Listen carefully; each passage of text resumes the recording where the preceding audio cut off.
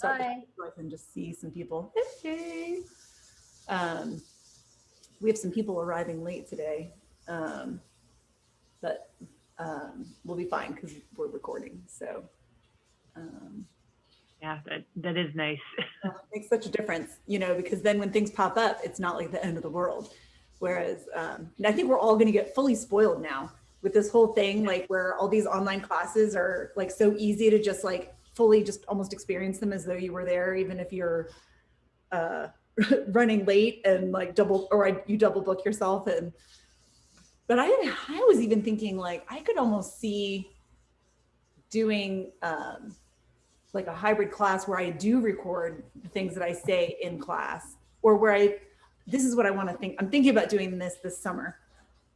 We'll see how all the vaccinating is going and everything. But I was thinking about trying to run like a spread apart class, like what I did last summer, where I do pick a topic. I'm thinking color maybe, where we meet once every other week on online. I present a lecture 1 week, and then the next week I have a critique group that meets online, and it's only the critique, the next week.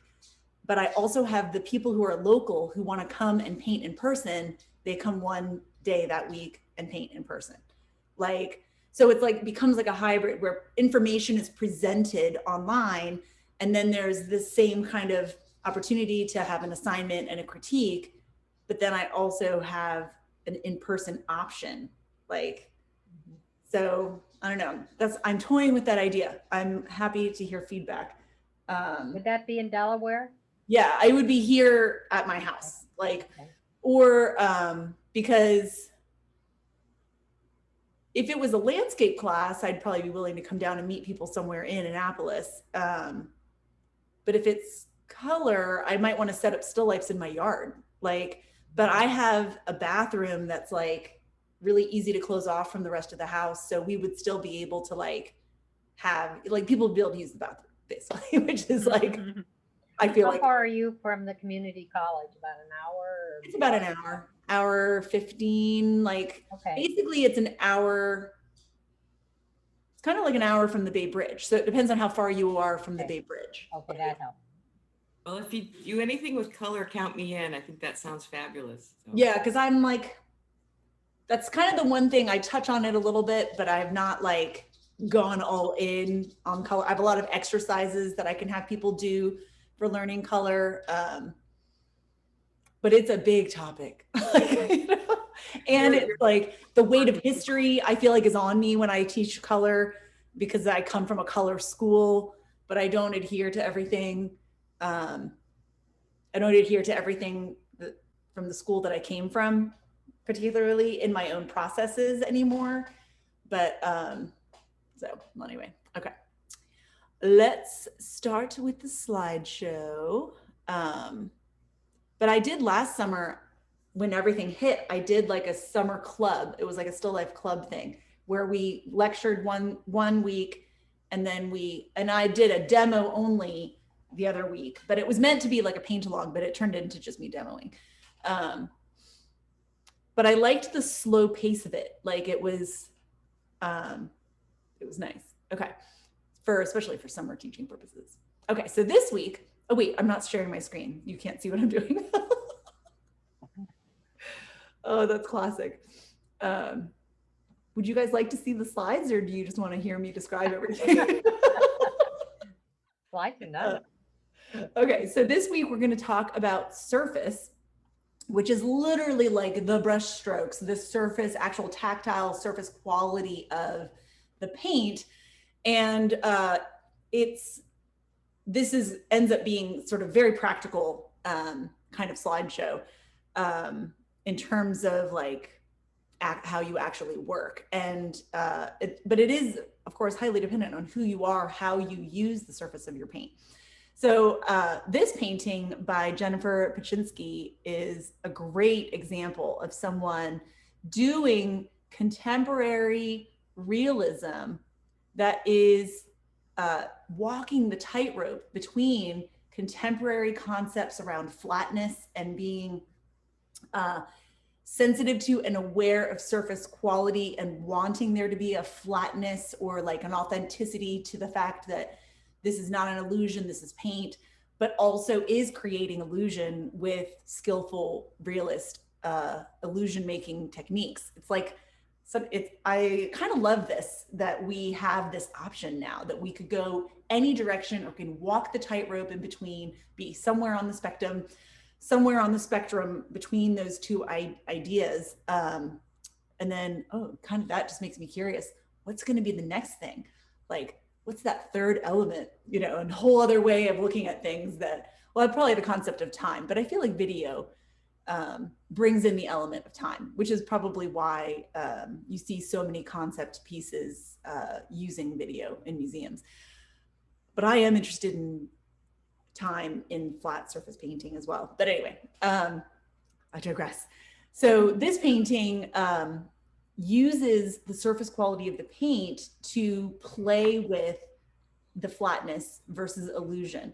And you can see how she's got big, thick, juicy chunks of paint.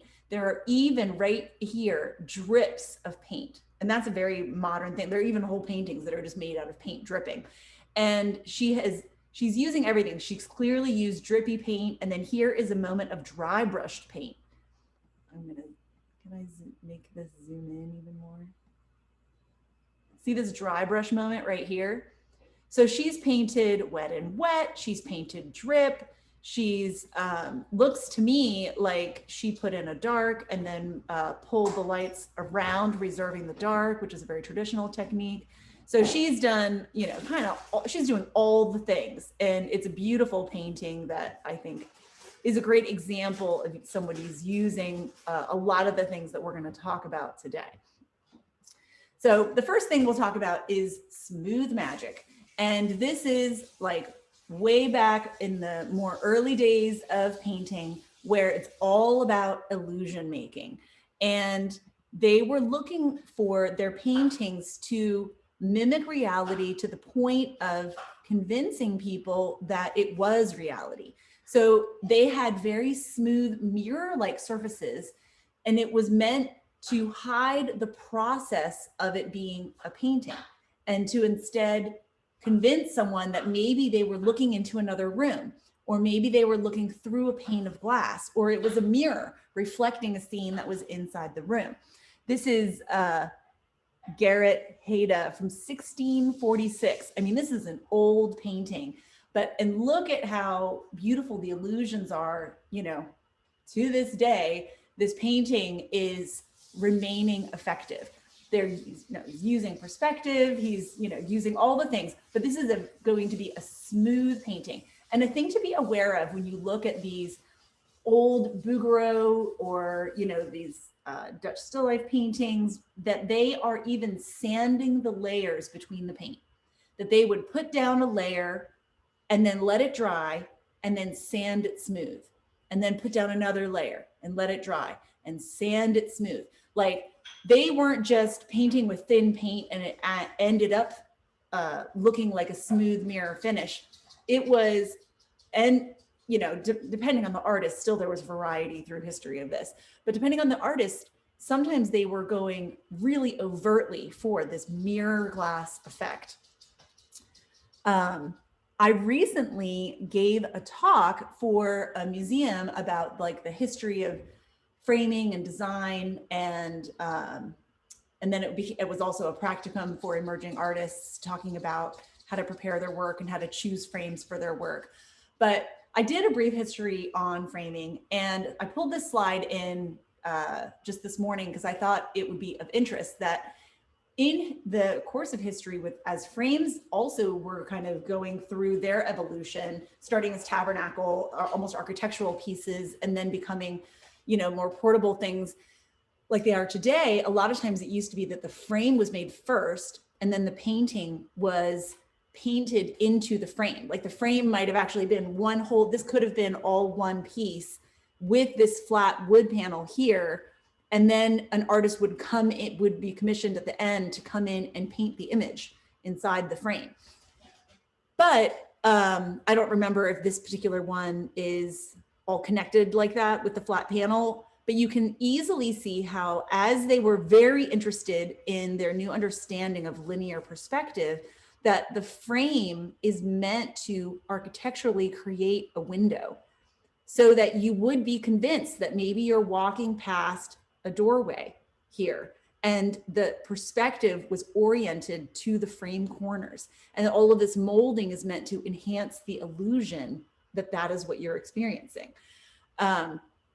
So, which explains why in contemporary work, why they tend to not frame, especially if they're interested in flatness, then they are not going to use this kind of a frame because this is about illusion making.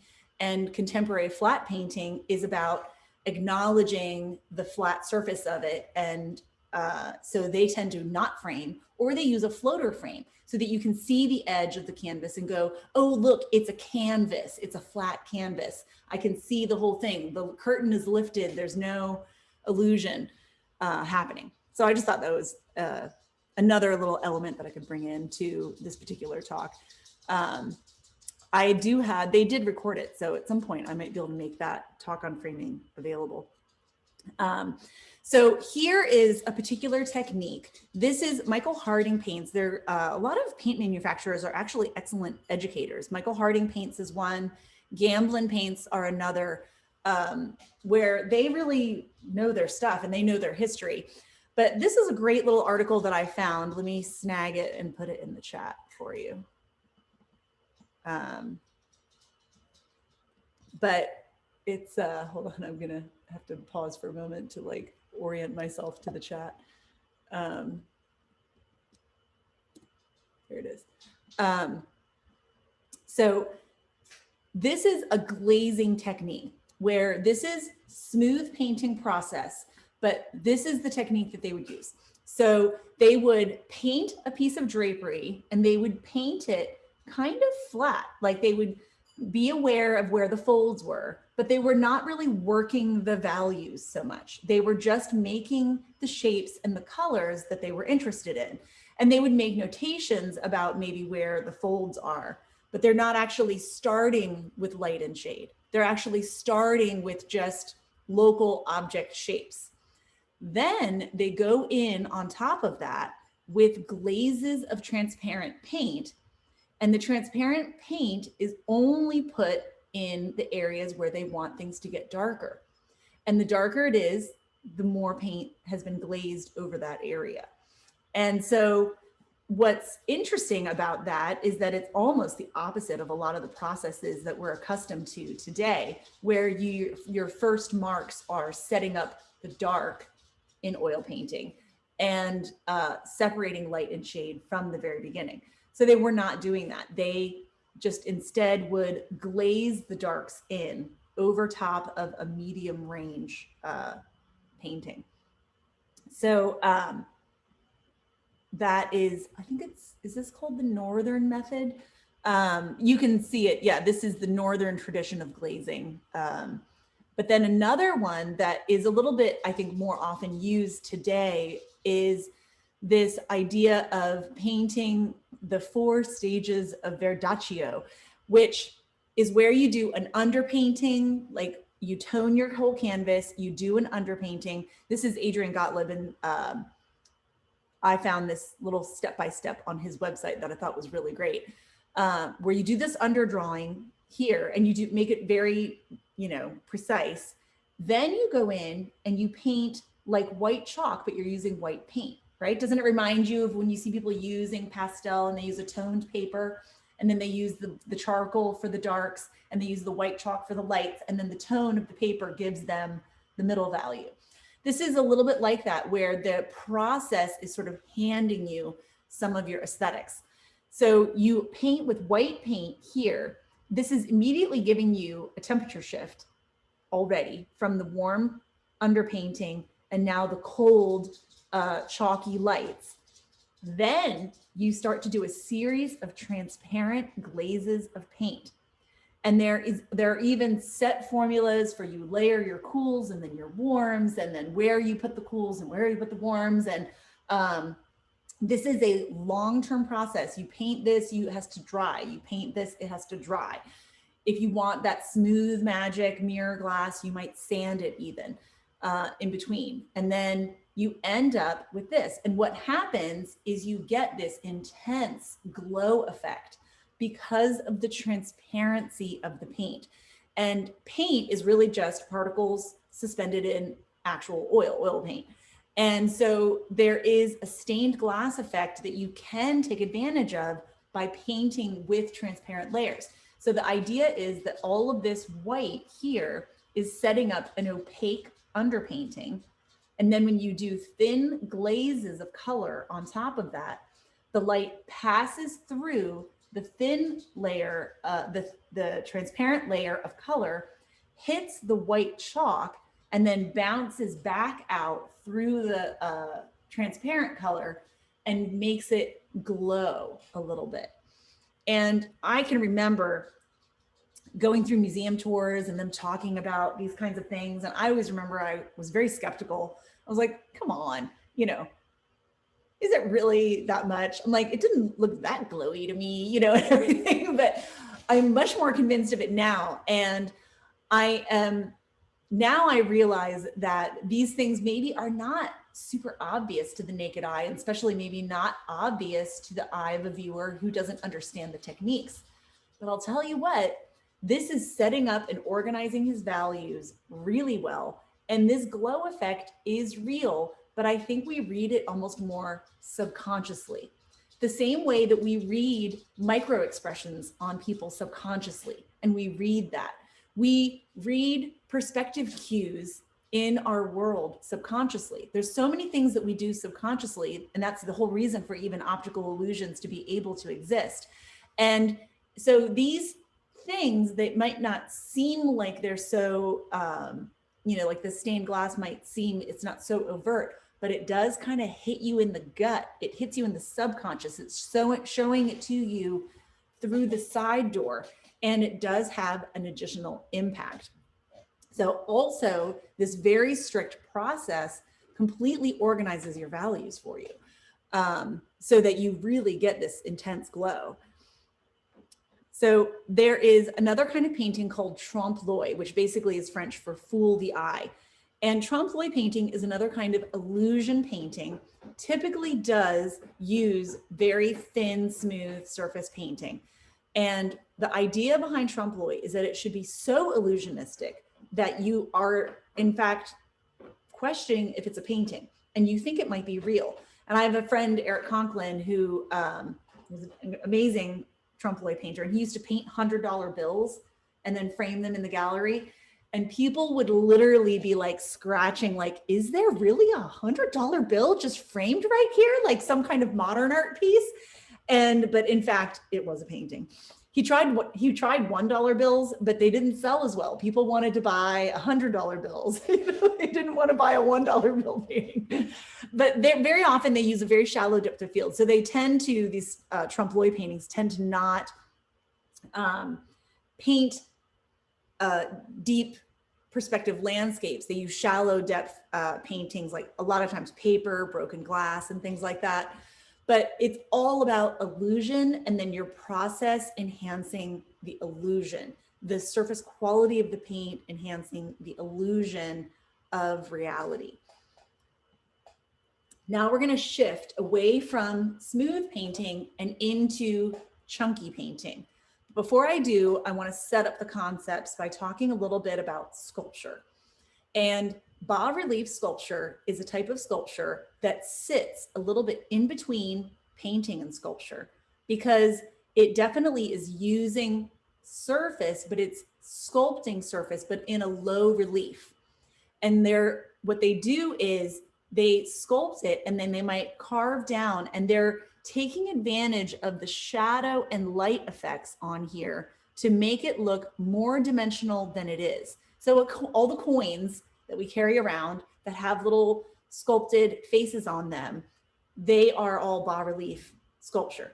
So you can have thick relief sculpture or low relief sculpture. I've seen this one in person, and it's a fairly low relief sculpture, meaning it's pretty flat, but he's done an amazing job of of having the light and shade as it hits the sculpted surface, making it look way more dimensional than it is. So when sculptors are sculpting, they are aware of how the light is hitting the form and what that even means. Even to the point where sculptors who are doing full in the round sculpture will carve in grooves into the paint, into the sculpture that are intended to have dirt and grime settle in them, so that the pigmentation of that will enhance the form of the sculpture and make it seem even more dimensional. There, you can also even do stains and paints onto sculptures to further enhance and make them seem that much more robustly 3D. So painters take advantage of the same concept of bas-relief painting with their surface quality of paint. So this is Sherry McGraw, who's a great contemporary painter, by setting up areas of thin paint and then building up the light on top of areas of thin paint, with the idea that the thin paint recedes, the thin darks recede in space, and that the paint, as it builds up into the light, takes on more volume. So the dark areas are made to be thin and transparent.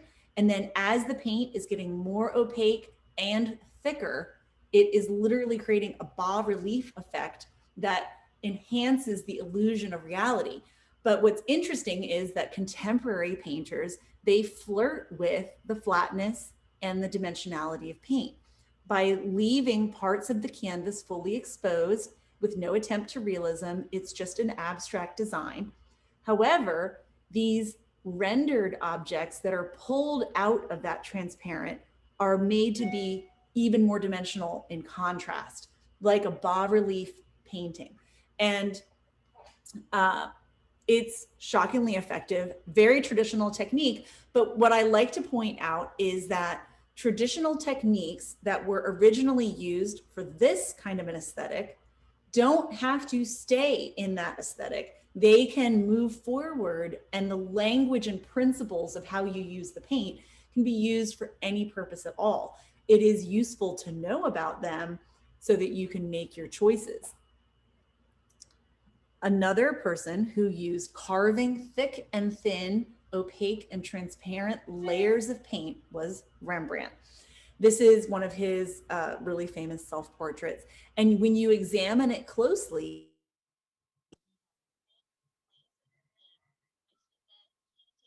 Oh, hold on, Abigail.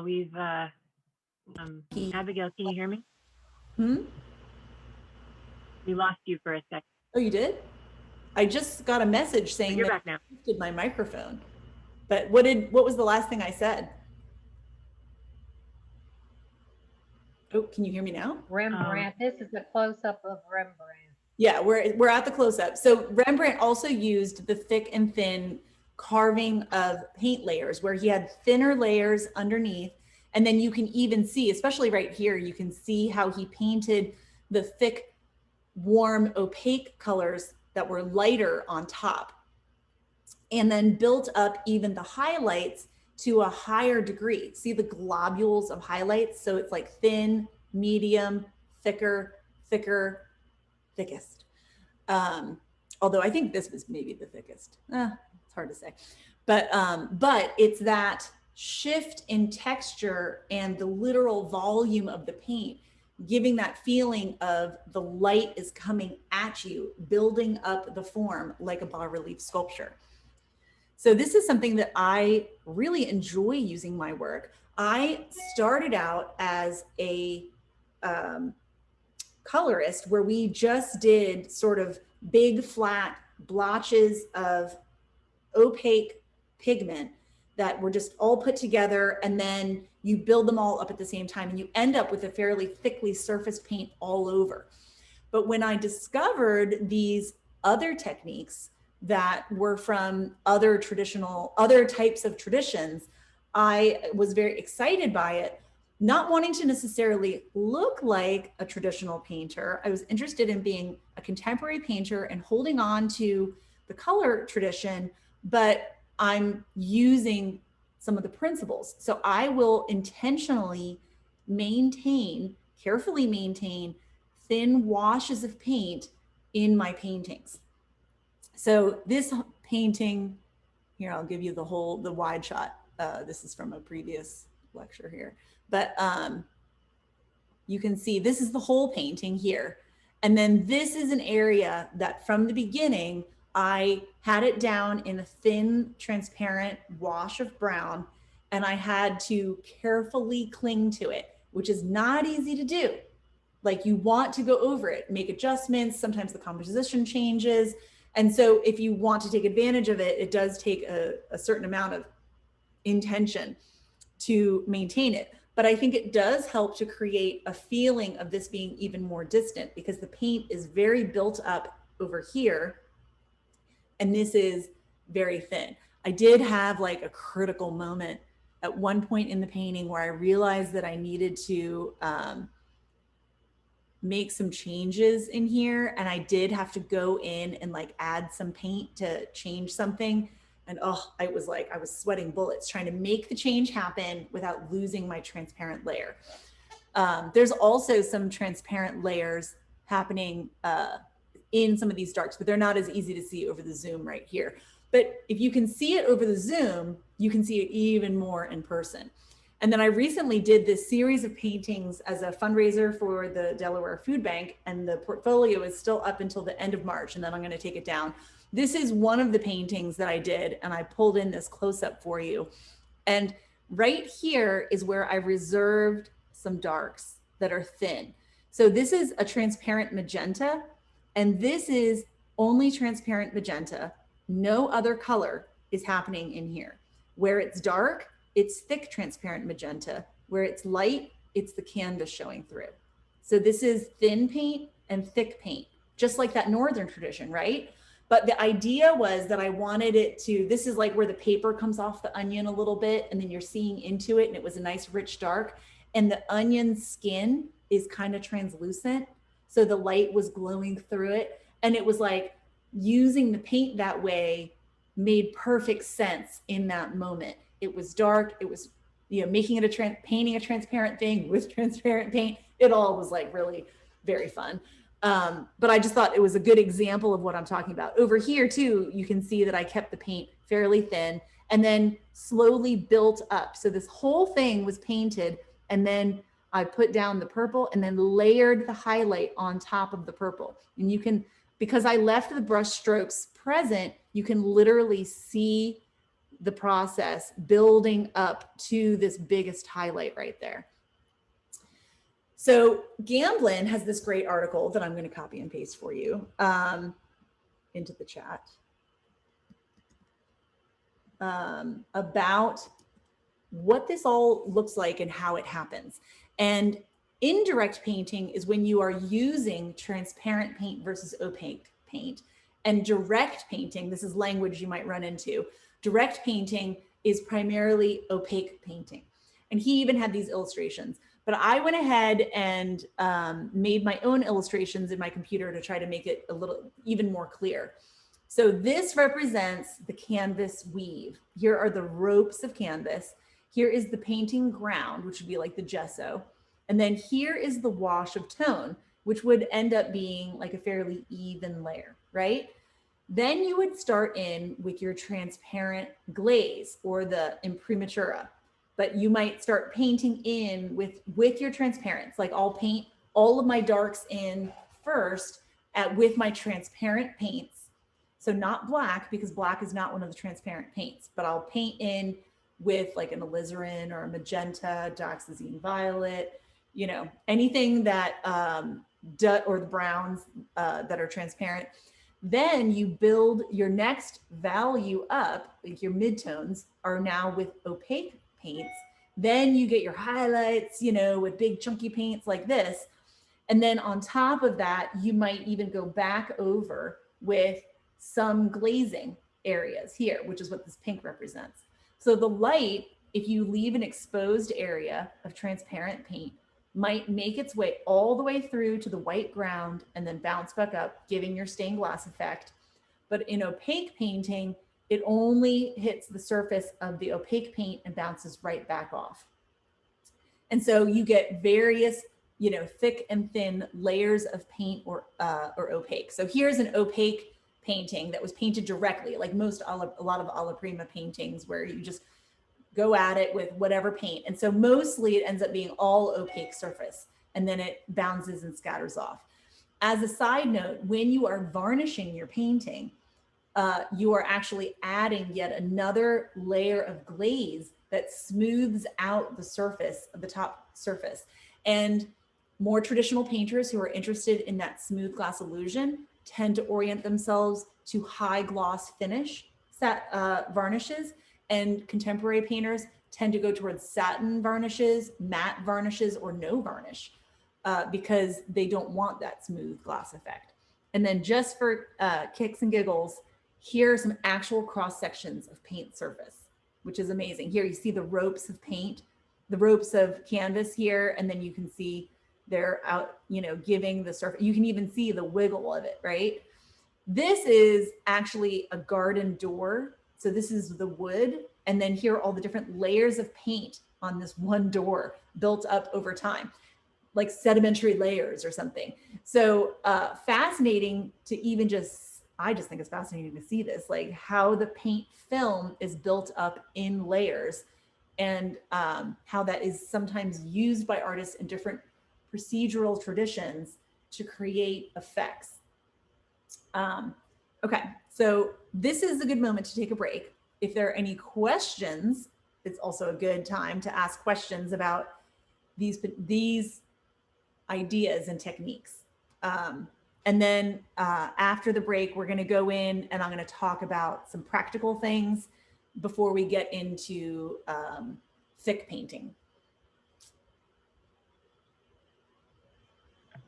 Okay, sounds good. No questions in the chat. No questions in the chat? Yep.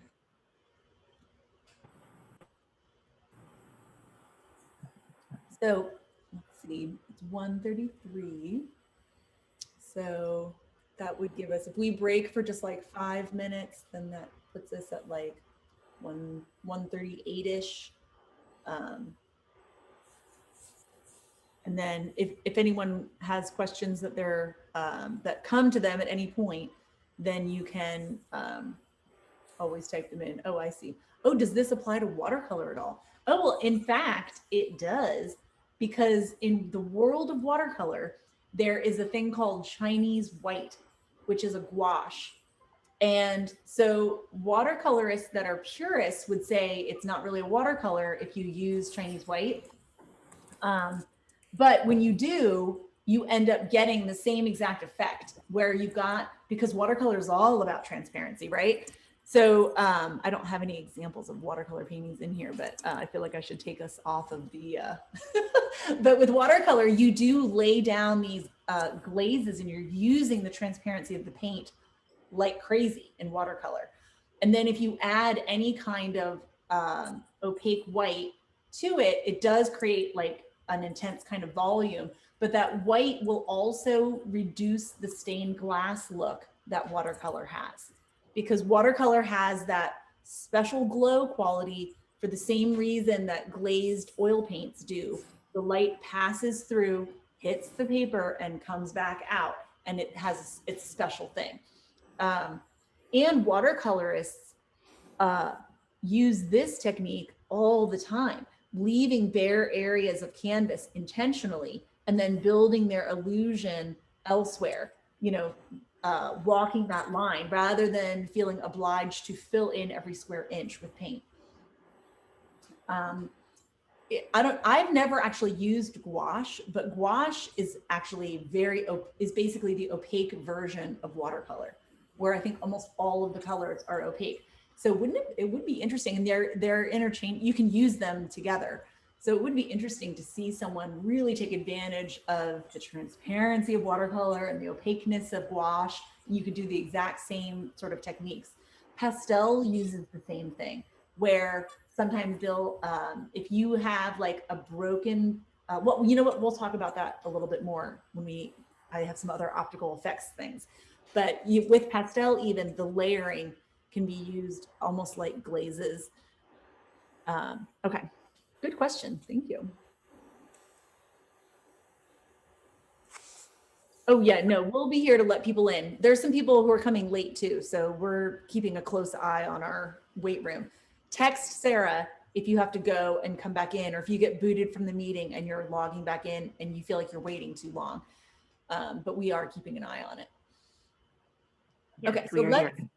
yeah, let's come back at 36, 37, 38, 39, 40, 41. Let's come back at 141. And we'll jump into the next part of our lecture. Okay, sounds good. All righty. So I have set up a little demo camera because I thought that I would do a little bit of a practical demonstration of toning a canvas, which would be the first step of what you would do if you were going to do these kinds of smooth magic. There are different kinds of tones that you can put on canvas. Like this is one example where you have a very even tone that you put down as a base layer. And then you alternately have these very washy tones that you can use. And anyone who is influenced by Richard Schmid might use a washy tone where you're kind of creating an abstract pattern that you're then building on top of. I have a tone that I like to use. Here, I'm going to stop the share. And Sarah, can you spotlight my demo camera? Yes. Can you swap it around camera-wise? Oh, you guys, were you just looking at the table? That's, Yeah, we see your easel now. okay, good. I was trying to flip the camera before and it wasn't letting me. And I thought, well, maybe it flipped and it just didn't show it to me, but I guess not. So, okay. So this is a blank canvas that I'm going to put a tone on so that you can see what it looks like, my process of putting a tone on. Now, sometimes I tone things in advance and I let the tone cure. But very often I'll be putting the tone on the spot. Now, if you put the tone on the spot and it doesn't have a chance to cure, you're more likely to get the tone, whatever the color and value of the tone will mix into your first layer a little bit. So it just depends on how much you care about that. But it does, especially if you use Gamsol, then it'll usually dry pretty quickly. For archival purposes, I will admit that when you do use Gamsol, that can be just a little controversial because the Gamsol is actually thinning this. I'm putting a little bit of Gamsol just onto my canvas straight just to give myself a little base. So now I'm going to go in and grab some of my transparent brown and I'll put it at the corners. And maybe this. Uh-oh, looks like I got another color in there. Not to fear, I have two browns happening right now. I have like asphaltum, which is like one time when I couldn't find transparent brown to purchase it, and I bought like asphaltum just because I needed to make sure that I had a transparent brown. So it's likely just the asphaltum. So I put it down and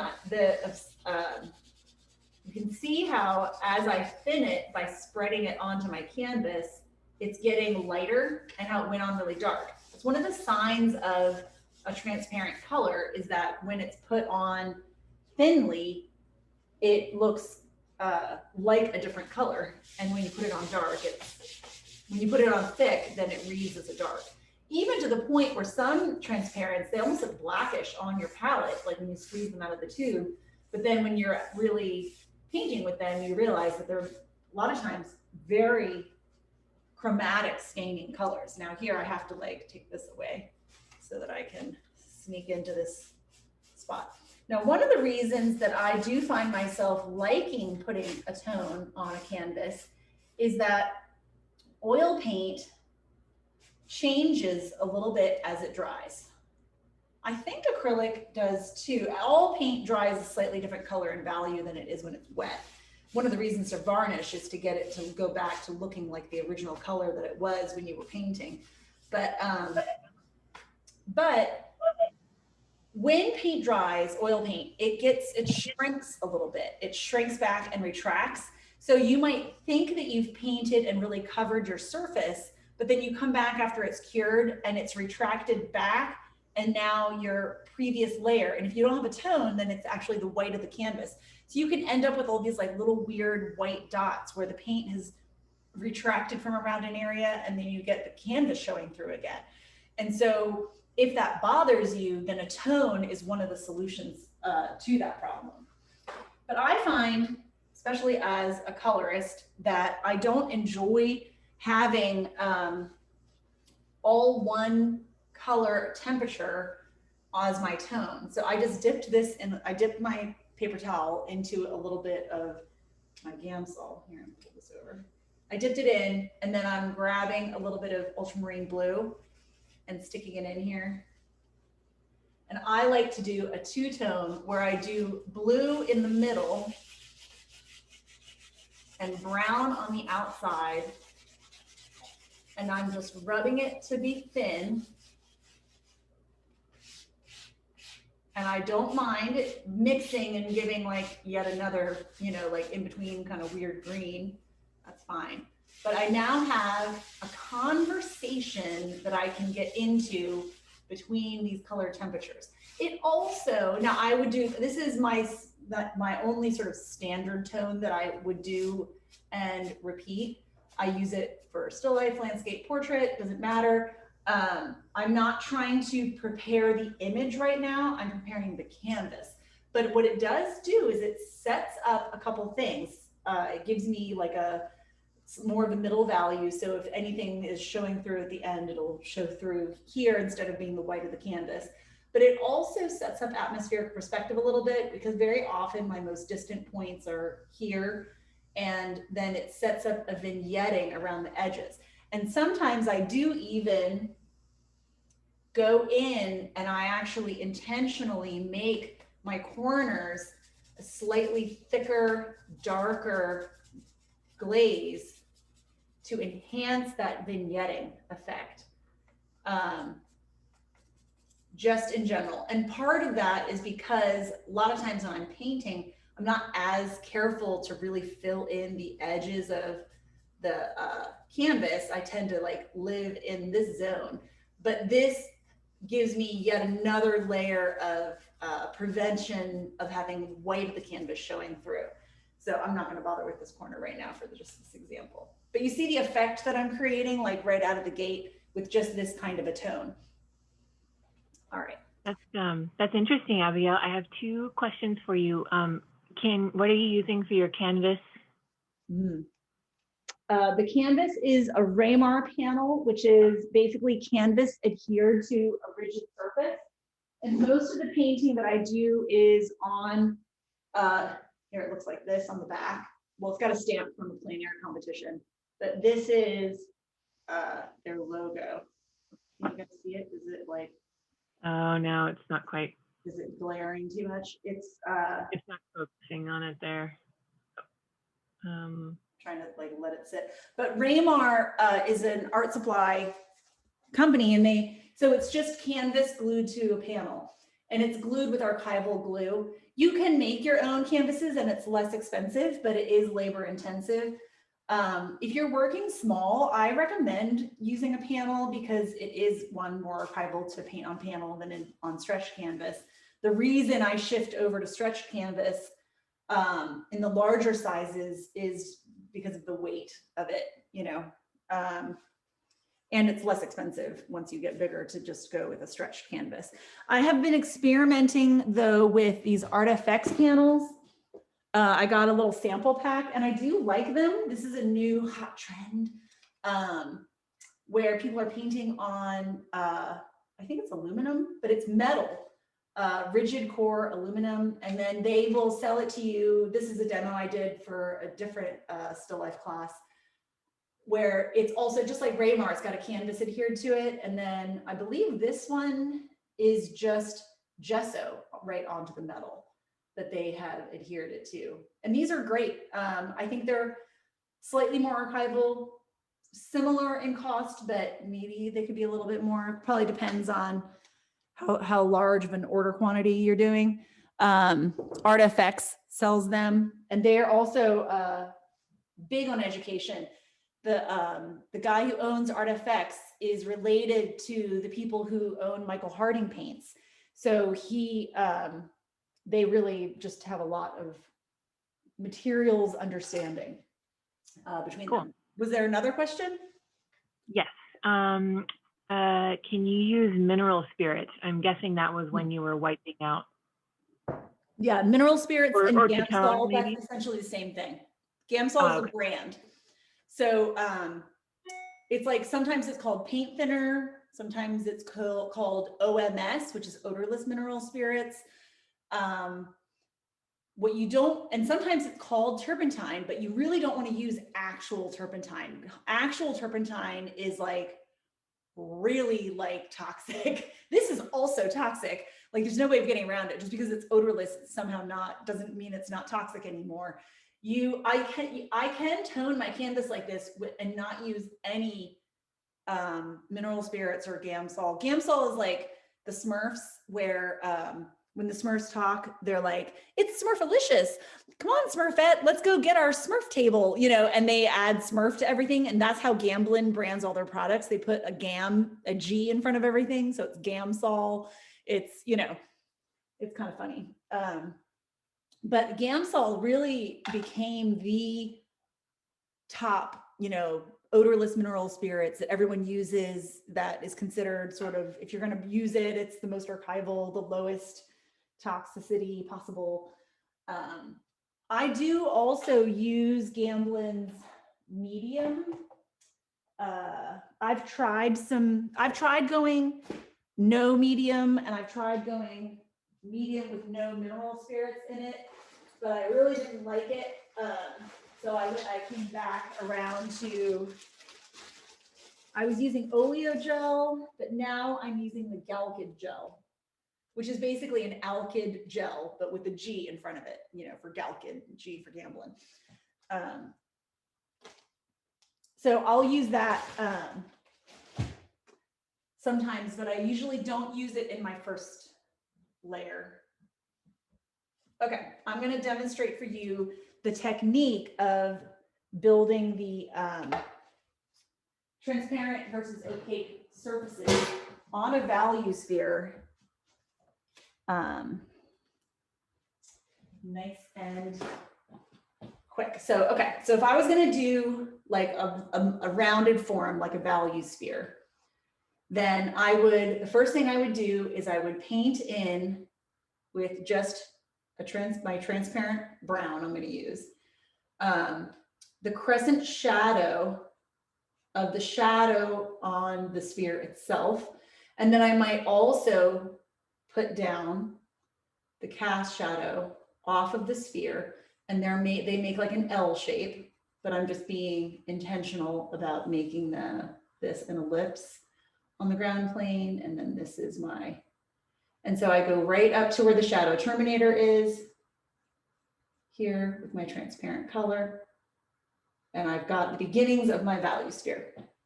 So then, and I'm not allowing any opaque paint, meaning paint that is white and that you can't see through it. So when you're looking at a paint, a lot of times they label them transparent oxide brown, transparent this, transparent that. But if you're not sure, when you squeeze it out of the tube, if it's very dark, but then when you mix it with the color, it immediately brightens up, that's a transparent color.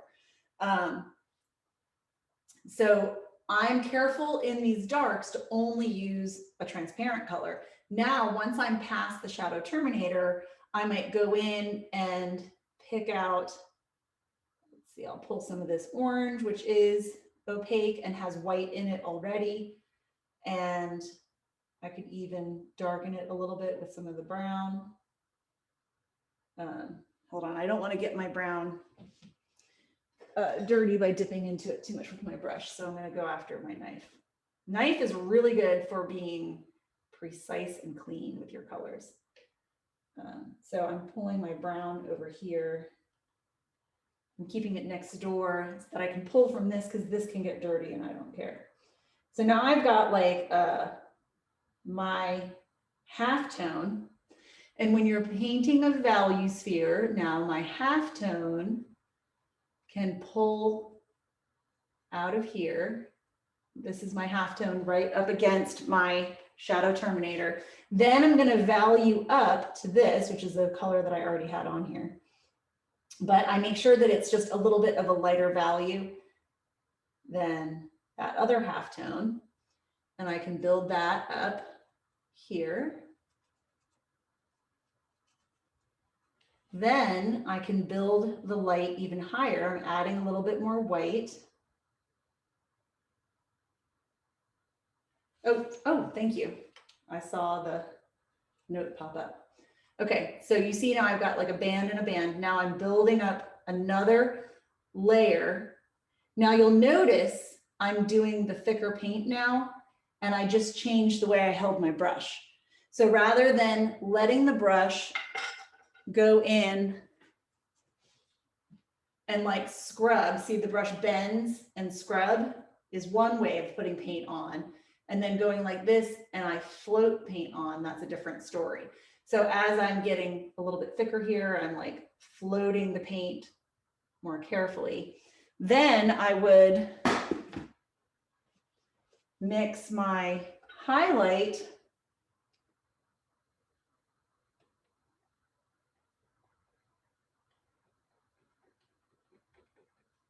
Here's my highlight. Oh, actually, hold on. I'm going to blend these value bands a little bit better. Soft edges on a sphere. And then if I'm going to blend from the shadow terminator, I'm going to be careful about where how much paint I have on my brush, because I don't want to let my opaque paint get into my dark. So I have to be careful now. I'm doing like a very careful feathering, but I added brown paint so that I'm not dragging the light into the dark. I'm pulling the dark. I'd rather pull dark into the light and then float light on top. So then I would go after my specular highlight, meaning the shine highlight, and I pick it up with a palette knife. And if I really want a globule, I pull it off of my palette knife like this so that I can, let's see, where I'm going to put it. Ding. And this gives you that immediate pull effect of the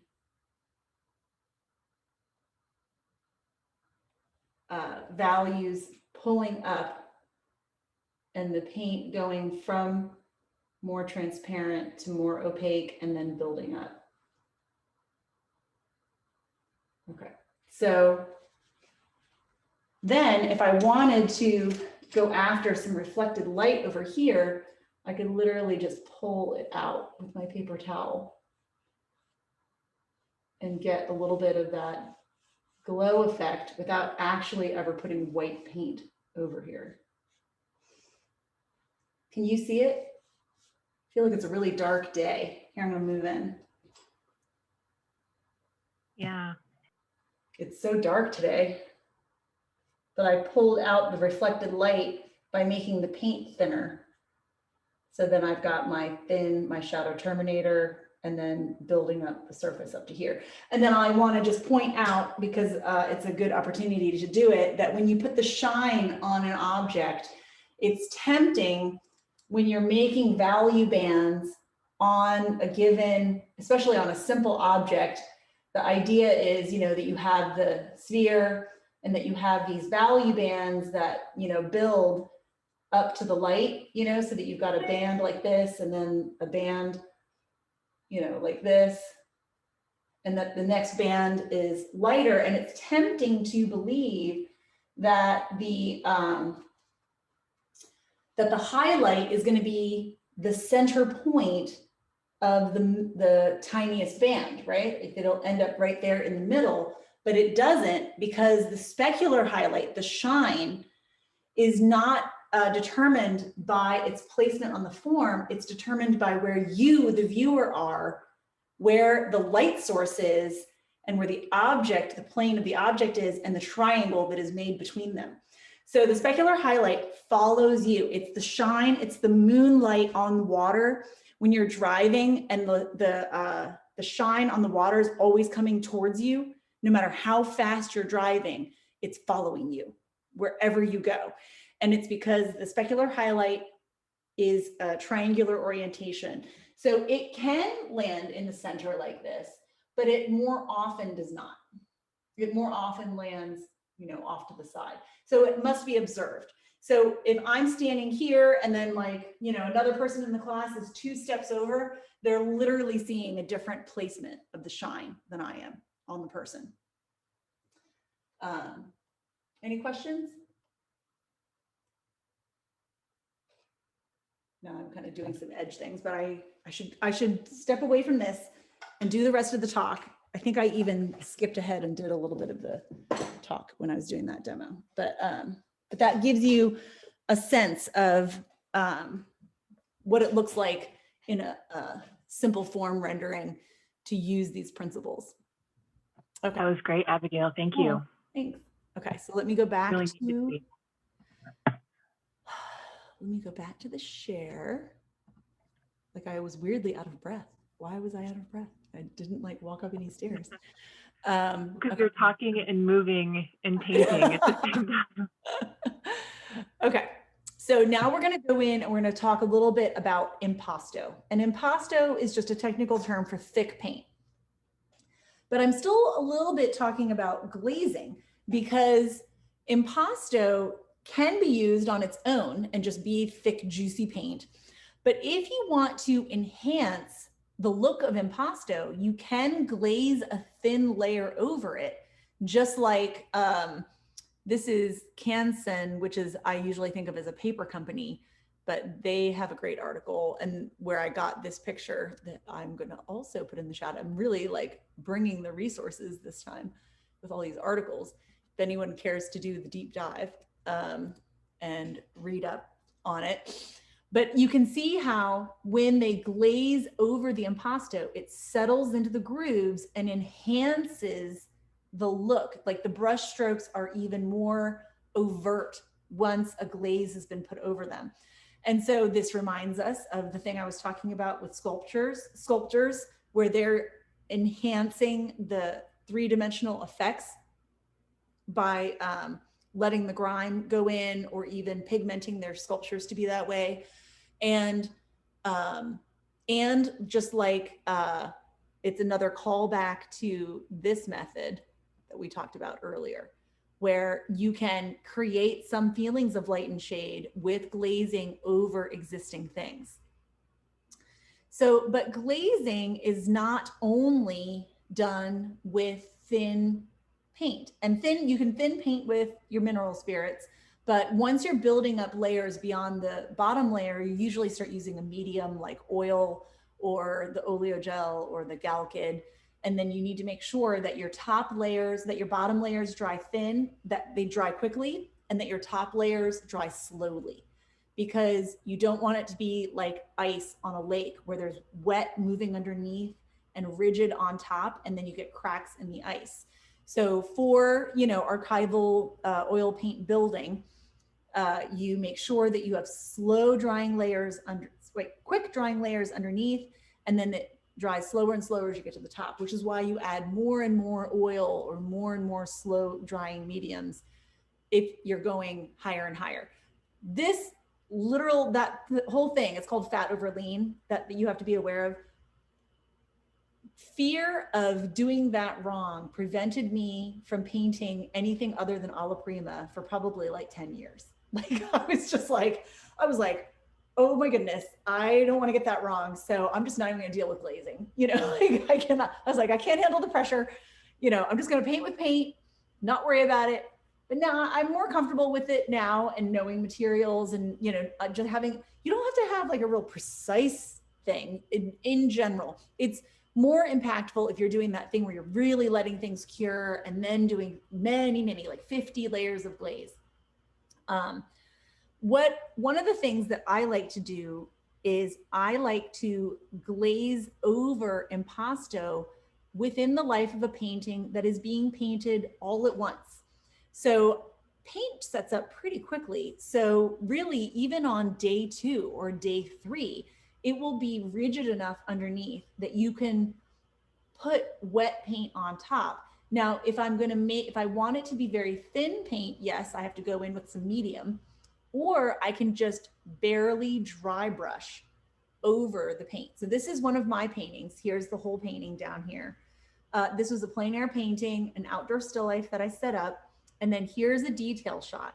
Now, when I originally painted this orange, I painted the dark shadow and the shadow of the orange very dark indeed, knowing that I was going to go over it with more color. So I set up my base, exaggerating my values, and then went in. And so this all started, you can actually even see here, see these like magentas? This all started as like a magenta brown note, the whole thing. This was one big shape. This all started as like basically pure blue, maybe with some dioxazine. And then I went back in, and this is pure transparent orange that I glazed over that dark paint. And it's giving me my stained glass effect, but I dry brushed it. I didn't thin glaze it. And then down here, I have this, rich blue that I put down, and then I added even opaque paint on top of it. But especially right here, you can see I've got Viridian, which is a really great transparent color that does not have a lot of value strength. And so I can put it on top of like most colors, and it doesn't seem to change it all that much. It doesn't darken it. It doesn't lighten it. I mean, within reason.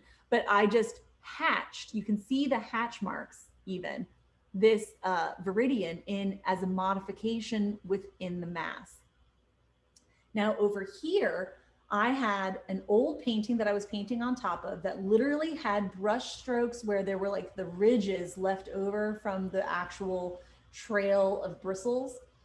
And then when I was painting, this is down here, when I was painting and I was just going quickly in with my block in, I noticed that if I kept it a light touch, or I only went over it with my knife and not my brush, that it would only catch on the top ridges of the brush strokes. And so I'm dry brushing a light color over a dark, and it's giving me wood grain effect, which is more, you can see it when you look at this painting. See, doesn't it read like a wood grain down there at the bottom? So this is the opposite of that northern tradition where they're going in with dark paint to create their volume. I'm going on top of dark paint with light paint, creating volume so that the light paint is only catching on the tops. I had to paint it and leave it and not go back and touch it again, because the more I would go back and paint on it, the more it would fill in and I would lose that effect. So a lot of this over here is painting the lighter paint and leaving the cracks as the underlayer only. Which, I mean, I think we all know how hard it is to not go back and mess with an area. So it's like a mental discipline to not do that. And so, oh, hold on, that's the alarm to go get one of my kids from school. I have to turn it off. Okay. Okay, so, so it's the dry brushing. And then over here, you can see where the nubs of canvas are coming through. So as I build up surface here and paint thicker and thicker, I can allow some of the paint to stay more transparent to the point where the surface quality of the canvas is still there, or it can be really built up. So I'm like I'm all in trying to just enjoy the surface of the painting. This whole area up here on the painting was a different painting. So this I was painting on top of an old painting.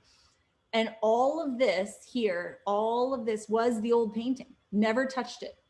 And I really enjoy painting on top of old paintings. I like the concept of like my old paintings supporting my new paintings, building and growing on them.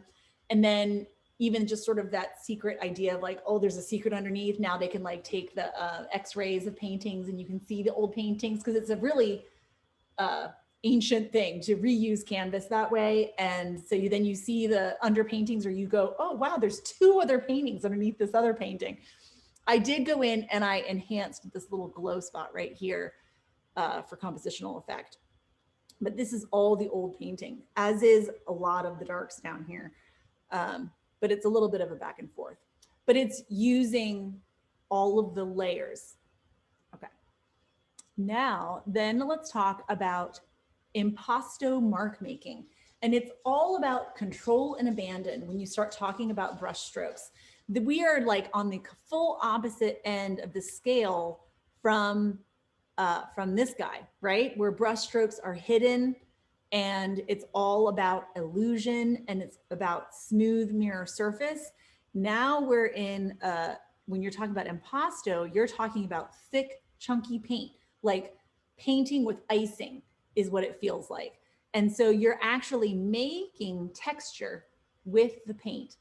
And the texture is part of the language of it. So Van Gogh is like perfect example of like scripting and mark making and building your surface with intention. And he wanted a certain degree of illusion, but was very happy to be wildly experimental with how he got it and using the actual surface quality of the paint, not the illusion of light and shade, but the actual surface quality of the paint to give texture to these sunflowers. So this is like, the lesson here is that this is available to us, that we can at any point decide that we want to paint things smooth, and you start blending it down, maybe sanding it down if it's dried and you want to go back over it again. You're using glazes, you're dry brushing with a light touch. It's all just amazing. Now here's someone who it looks like she's painted it with abandon, but I can tell you that this type of painting happens with a lot of mental discipline, where when you want these really loose strokes to remain, you have to paint it and then not touch it again. You make the mark, you leave the mark. And then, because if you go in and you blend it out, you end up with smooth magic, right? And instead of having this quality of brush strokes. And I'm always reminded of when I was taking art history class and I learned about Ong and Delacroix and how they were of the same era, but they were completely opposite painters, because Ong was all classical realist and very linear, had very rigid ideas about what was beauty and what was art. And Delacroix was like soap opera painter who used a lot of color and used really like visible brush strokes. And that was like so crazy to everyone. And personality wise, you would think that the guy doing the wild brush strokes would be the guy with the frizzy hair, you know, waving his arms around while he paints. And that the guy who was really rigid, like Ong, that he was the one who had all this discipline, but it was the opposite personality wise. Ong was this firebrand who was constantly getting into fistfights in alleys about his ideas about painting. And Delacroix was cold as ice and everything was planned. You know, brush stroke 1, boom, brush stroke 2, ding, I'm gonna really get him this way. I'll bring the drama by doing this, you know, like making it happen.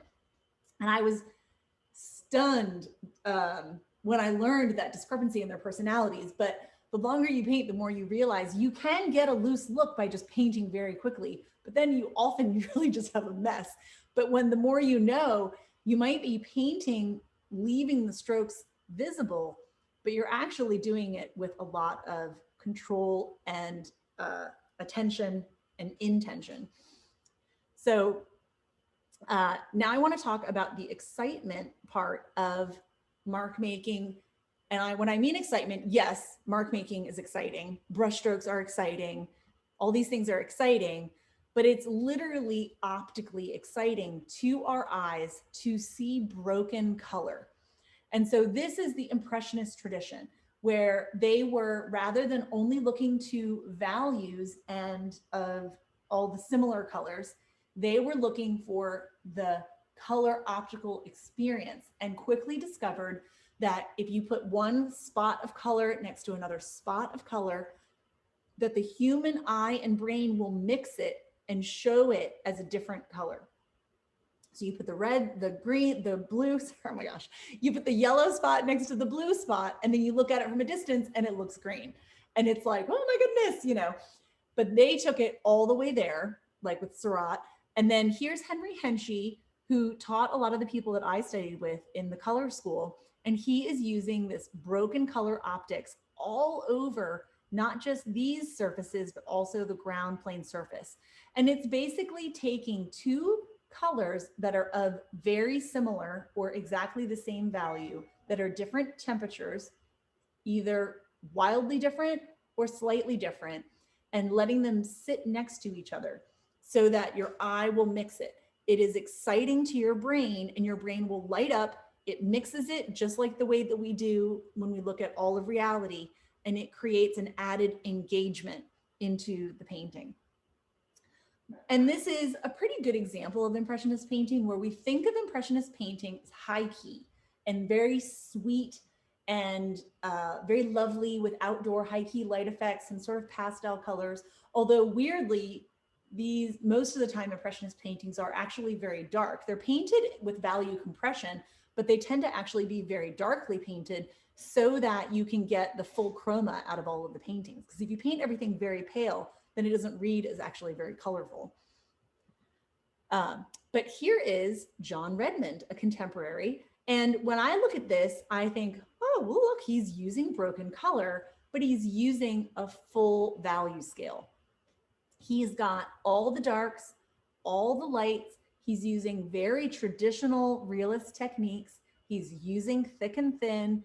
But what's exciting is that he's actually using those color optics of broken color, but he's using it up here abstractly, right? Look at his background. This is, you know, what is it? I don't know. But the fact that his background is so full of the mark making, visible brush strokes, layering of transparent colors, but done very abstractly. Look at how in this edge down here, the paint is not even attempting to create illusion. It is just dragged right down. And so it's very much in the contemporary sphere of paint is just presenting itself as paint, but he's on the tightrope where he's also dealing with illusion language here. But he's really using color optics, and see these minute shifts, the blue right next to the warm, same value. And then we optically mix it and we see it as shimmer, and we see it as one uniform. We don't think that this piece of paper or cloth actually has blotches on it. We read it as a white with shimmering light on it. Here's another John Redmond, because I just love his work so much. I love how he uses the full value range and the full possibilities of paint. And he also is, I think, very good with edges. But, and he's, I mean, it's just incredible. Look at it. It's very modern, but he's using all the traditional techniques. And so they're all available to us. And then I also love this whole thing with, you know, I'm all in. Look at all my color changes in here that I've put them right next to each other. But I'm also interested in exploring the full value range at times. And other times I might compress it. Depends on the mood of the painting and what it is that I'm trying to play with. Now there's also just the pure enjoyment of surface, where in this painting, this is the whole painting here. You get a sense of it. In this section, this detail is showing you this section of the painting. Here is where I have my block in down, and then I scraped it out, and you can see the canvas nubs coming through.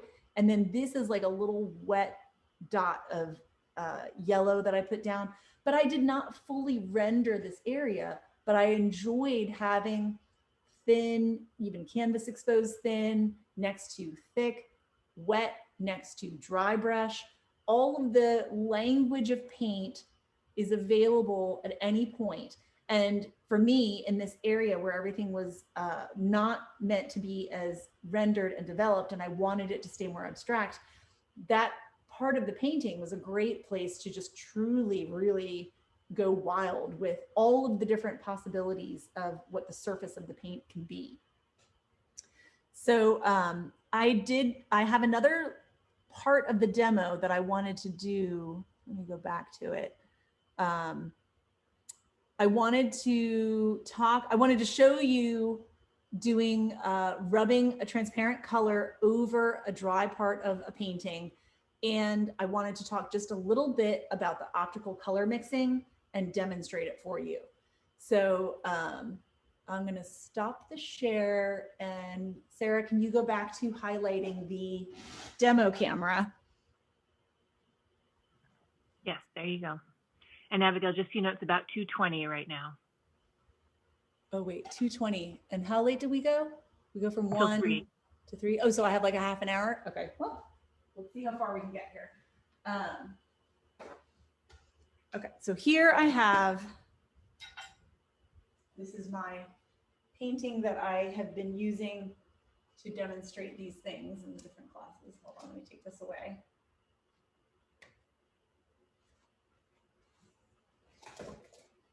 And this one comes in. This is an old painting. Well, I mean, this was a painting I started and never finished, but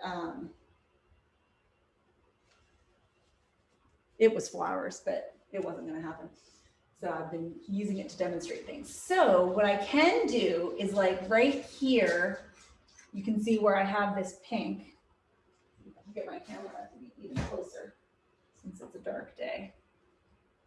Get you guys closer. Okay, so I'm going to take just some of my transparent orange, and it looks like this on my knife. See the transparent orange? So I'm going to put it on here. Now this would be like a dry brushing, right? Where I'm just putting it on with a knife and then scraping it, and it's only catching the ridges.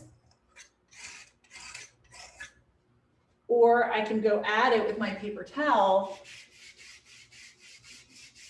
and you can see how as it gets thinner, it continues to show expressively what is underneath, but I just warmed the whole thing. I warmed it without overtly darkening it, because transparent orange is not a strong value transparent.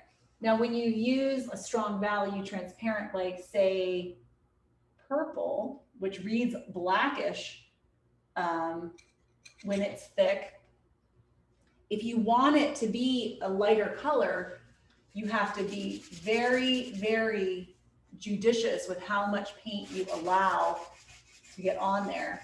And that's where I would recommend thinning it with some kind of a medium. You see what it's doing? Now this is enhancing the glow, or enhancing the paint quality here, like letting the ridges show up a little bit more. And then I can get it even better if I use the knife, and then you can see. Can I zoom in? No, it won't let me zoom in. Now, if I want to dry brush it, then I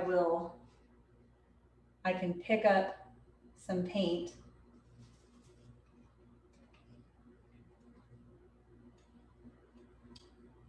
and I float it very carefully over the surface to create the dry brush. And when you're dry brushing, it's all about a light touch. So here's my hand like this. If someone knocked into me, I would drop the brush. So I'm not gripping it, I'm barely holding it and just letting it hit the surface of the paint very lightly. I like to describe it as though you were putting your hands on the surface of the water and letting your hands only just barely touch the surface of the water. And that's the feeling that you want when you're trying to get a dry brush glaze instead of actually making a stroke. But if you want to make a stroke of paint and then control your edges, one thing you can do is you make a stroke here, And if you have thick paint, then you have made an opaque mark here. And then as I lift the brush, it gets drier and more softly edged as I go. As I push and pull, I'm very aware of how much pressure, how much pressure I'm putting on the brush. Here, I'm gonna do it on the back of this for you this way. So here's my paint. If I really want the paint to make a big mark, I have to actually have a volume of paint. Can you see it? A volume of paint on the brush. And so then I put it down here and I have to float, because if I push, I'm gonna flatten the paint. So see how the brush is, if I wanna push, the bristles bend and I can get a little more paint, but then the paint goes away very quickly. So if you want a big, juicy stroke of paint, you need a big, juicy globule of paint to make that stroke happen. And so you maintain an awareness of how much of the paint is pulling off your brush. And then you can even, what's really fun, is you can even change direction. So here I am, now I'm gonna shift, twist, and do some calligraphy with my brush. See how I get different shapes by changing the direction and pressure that the brush is applying? Okay. Because when you get into impasto, like the smooth magic is all about eliminating brush strokes for the most part. But when you get into impasto, you're talking about making very specific types of marks. So you're either looking for the little dry brush nubs, or you're looking for the, an area that you get to really fill in. So if you, when you're mixing on your canvas, if you don't have a lot of color left, but you need to do something more impasto-y, well, you probably just need to mix more paint. But if you are low on paint, but you really are needing that last little bit, the biggest tip I have is to mix the paint with the knife, pick up the entire globule with your knife, and then pick up the globule with your brush so that you get maximum amount of paint that you can then apply, and it can really swirl it as you go. Now that's like a pretty juicy stroke right there. When you're controlling edges, one thing you can do obviously is do the blend and blur kind of technique, where you're just literally, you have one color and you have the other color, and then you are, I'm really going through the paper towels here. Then you are going in and you are blurring between them, like just smushing the two together to try to get a blur, maybe going in multiple directions until you get like an ombre effect between the two colors. But another way to create a soft edge that is not a blurred ombre is to literally, here, I gotta mix myself another color. Go in and let it be a sawtooth edge between them. So you have a broken edge, and that will also read as a softer edge than if you have the stroke right up against it like this. See how I'll get close again. So when I make the stroke like this, I get a nice sharp edge between them. But if I sawtooth it so that it's a rough edge, then it will read as a softer edge, even though it's not a blended blur. Now, if you're really interested in more precision, you would not do a blended blur like this. You would do bands, and you might have your dark band, and then you would intentionally mix a specific color for your halftone band. And then you would mix yet another specific color for your next area of light. And that everything would be painted specifically, mixed, and observed. And then if I want to paint the transition between those two things, I would look at the transition band and what color it is. And it would be painted in its own right as a narrow band of transition.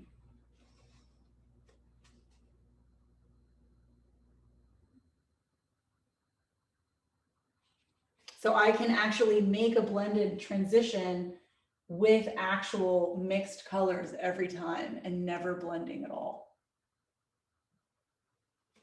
See how it got soft as I made my bands closer and closer, but every band was its own color. Not just this added with white or no white, or this added with purple or no purple. It was, you know, its own band. So you can make each value change, or you can, you know, slur it together. They're just different options. Okay. Did I miss anything? Did I hit on it all? Sarah, you remember all the things I say. Yeah.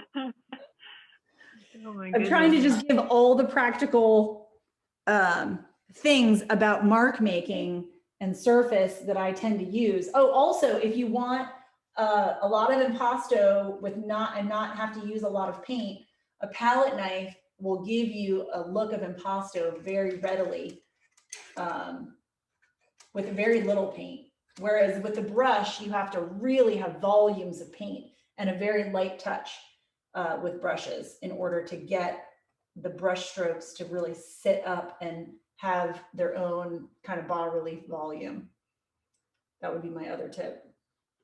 Brushes just seem to eat paint. I don't know what it is. Oh, and you know, another thing, this is something I don't really use, but I learned it from Nelson Shanks when I was flirting with Incaminati at one point. And I was always ashamed of my palette because my palette is really messy. But then I saw his palette and I was like, my palette is like pristine compared to this guy. And he since has passed away, but his palette literally had piles that looked like volcanoes of color, actually this high, actually physically this high.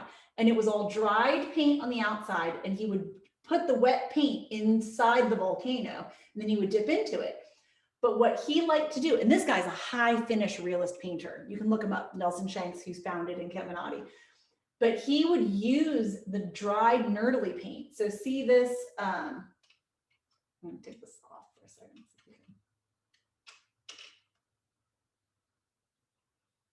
Can you see this? How it has dried paint in it? And he would use areas that had dried paint like this in order to create texture on his painting. Isn't that crazy? You know who else was really great at that? Andrew Wyeth in his watercolors.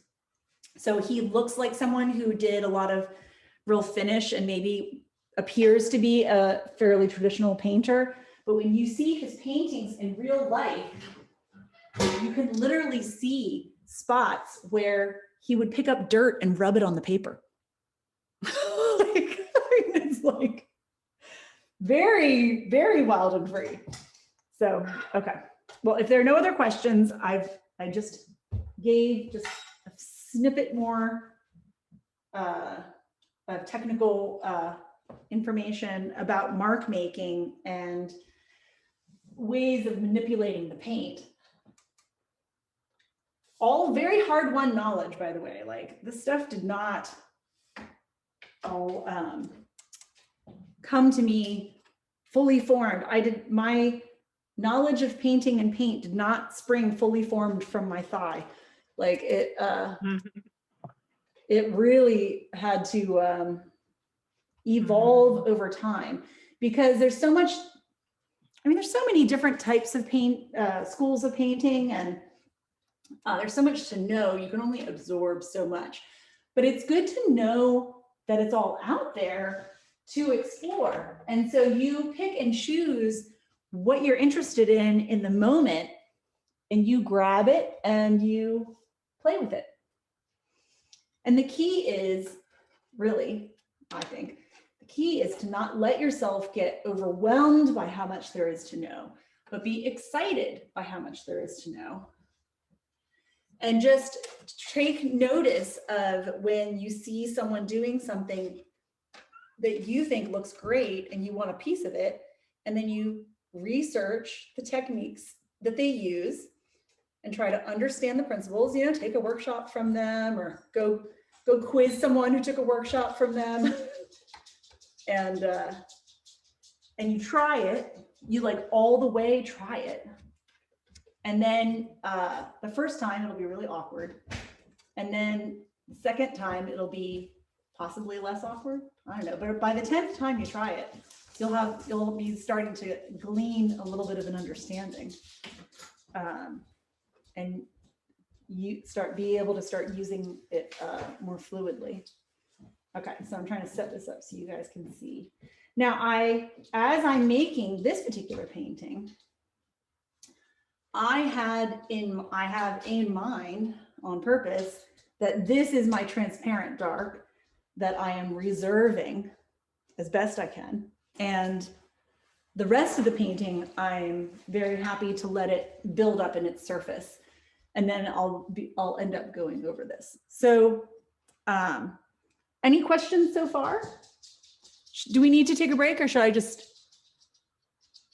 wait, how much time do I have? I have till 3. Okay, so yeah. So how's everyone? We have about 20 minutes. Grima was asking, are the marks that you're making on dried paint or wet paint or both? Oh, very good question. Because everything you've seen me do was mostly on dry paint, except for when I did that ombre and then when I was doing the value bands and mixing them all together. So you do paint a little differently when it's all wet versus when it's all dry. And I like to take advantage of that. Like sometimes if I really want to keep things wet and wet, like I have this still life that I'm working on right now. And I had this as a big dark note. And then I went on top of it and I was really enjoying going wet and wet, because with wet and wet, you can get these easy slurs. But then there are other times in a painting where I want it to be dried so that I can go over and get these kinds of dry brush effects. I was literally even just thinking to myself, really, when I go in on this, what I will probably do is reactivate how wet it is, because I will prefer to be able to work in it wet and wet. So I'll take a little bit of like permanent rose and scrape it over and then wipe it out so that I have a very thin layer of a similar valued paint that is wet now, so I can get some slur effects in there. Also, you can literally oil out by taking oil and rubbing it over a dry painting, and you want it to be the thinnest layer of oil possible, but it will give you that feeling of sliding over wet paint, and it's called oiling out. But my word of caution is that some people will say that you can oil out by spraying retouch varnish, and then that will give you an oil out. But you do not want varnish in your paint film, so I don't recommend that. Sometimes I literally just go all over my painting, and you guys hear that? That is my dog trying to play. Sometimes she just starts running around like crazy just to see if she can convince someone to start chasing her. It's like hilarious, but very noisy because of her toenails. All right, so if I was going to paint, can you guys even see? It's so dark in here today. How's that? Is that any better? In terms Yeah, of like, that's pretty good. you can see it. Maybe it just looks really dark to me.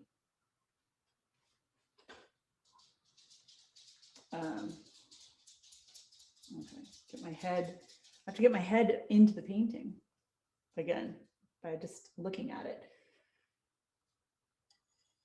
When I did that first still life class, when I first pivoted everything online, and I was doing like lecture and then demo, like 1 week lecture, 1 week demo, I would just demo for the whole, like, what was it, 2 hours?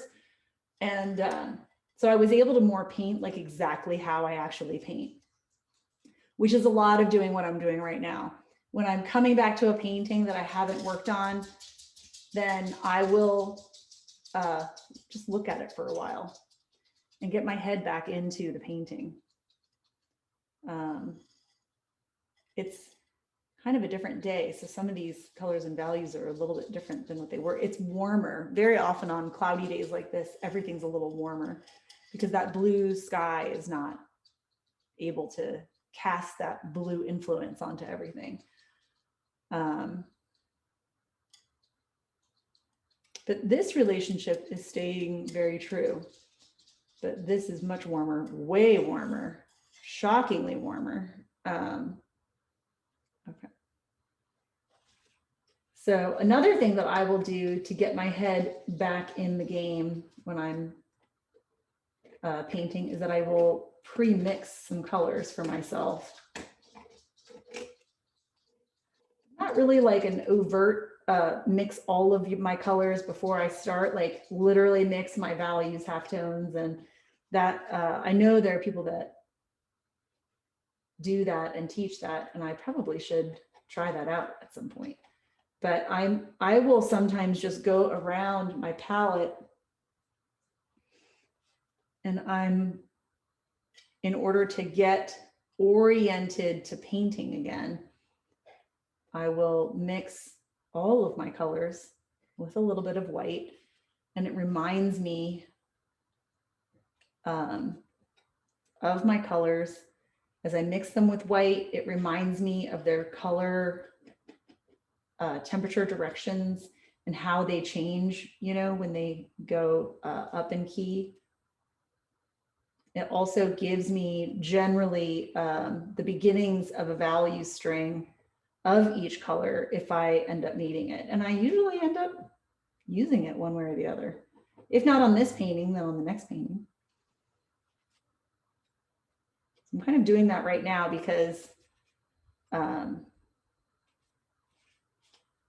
really don't, I can tell that my brain is not on and into the painting yet. And I have learned the hard way that if I don't have any intention when I start to paint, then it will be immediately apparent in the actual painting. So it's not, it's really not helpful. Like, it's worth it to stand and stare, to sit and mix. It's really time well spent.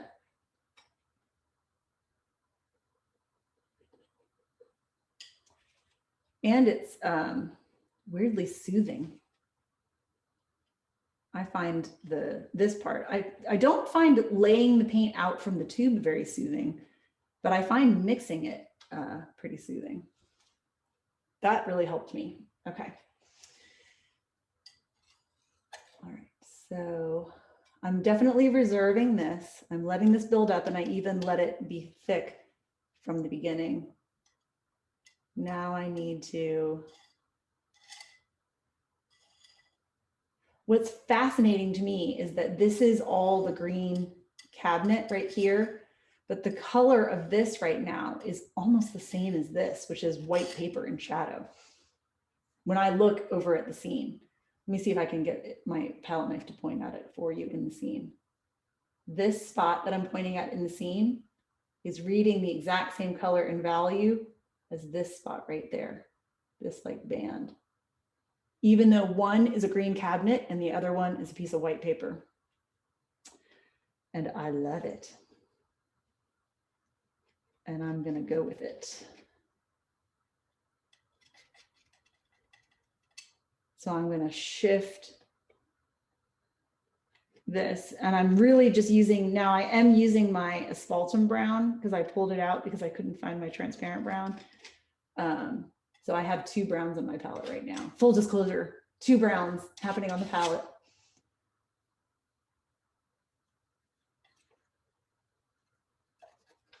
So it's a pretty much all dry painting that I am mixing wet areas into. Now I'm going to take some green and orange to hit this neutralized light spot out here. I've got to get all these facets to communicate with each other a little bit more.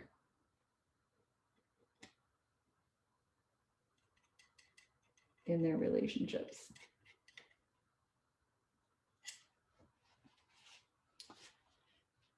And one thing I tend to think about a lot is like when you're painting, there's a lot of rigid processes that you can follow,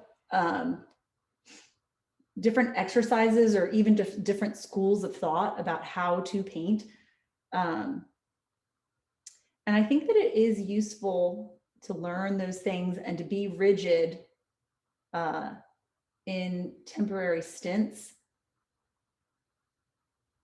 But in the end, what I find myself wanting to do is to hold all of these processes kind of lightly in my hands and to not think of any one of them as being the way that I paint, but to keep the way that I paint responsive to what I'm painting. So there are times when I reserve the darks, times when I get very procedural because of something that I want to have happen. And other times, so I really don't have like one way that I paint, but I have many strategies that are available to me at any given moment. Now, which actually, I mean, honestly, it gets very difficult to teach then, because how do you teach someone like all the things and then teach them how to use them and when to use them? And then, you know, you just aren't going to sell, you're not going to sell books that way. But I feel like it gives me the maximum amount of language to enjoy when I'm working, that I can revel in the learning process every time and be playful and experimental instead of only executing a plan.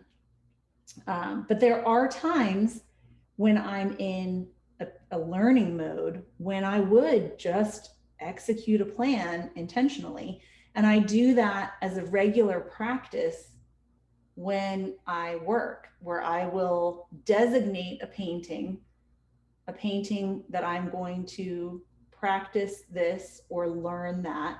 And I will be very intentional. If it's a procedural thing, I will be as strict as it is possible to be, because I feel like you just learn it faster when you're very strict. And then you catch what it feels like and what it gives you when you're very strict. And then you immediately discard the strictness once you catch the principle, and you can start enjoying using it at your own level of intensity according to your purposes. So right now I'm doing like a thing where I'm kind of darkening this area, but I don't want it to be so smooth. So I just hatched in literally some of that green transition. I'm being a little bit careful to not close up these edges and let them be sharp yet, because I might want to reserve some of those. I'm not totally decided where all the sharps are really going to be. I do see a really cool thing that I love, where you get like this optical glow of dark blue right where, so there's this thing where when you have a really dark thing up against a light thing, where it will kind of throw a color. And the color can be different. Digital cameras actually catch it pretty well, where I've seen it throw green. I usually see it throw blue, like pure ultramarine blue, like right here. And I love putting it in. I can do like a fairly tight realist painting and then go in and put these weird glow lines around things in these very saturated colors. And from a distance, you can't even tell they're on there. And then you get like up close to the painting and it's like, what? And there are other realists that they'll do it as an underpainting. Like they'll do like a bright red underpainting and then they paint the green over it. And then they leave just the thinnest little bit of the red exposed, and it gives that boom optical shimmer. Very exciting stuff.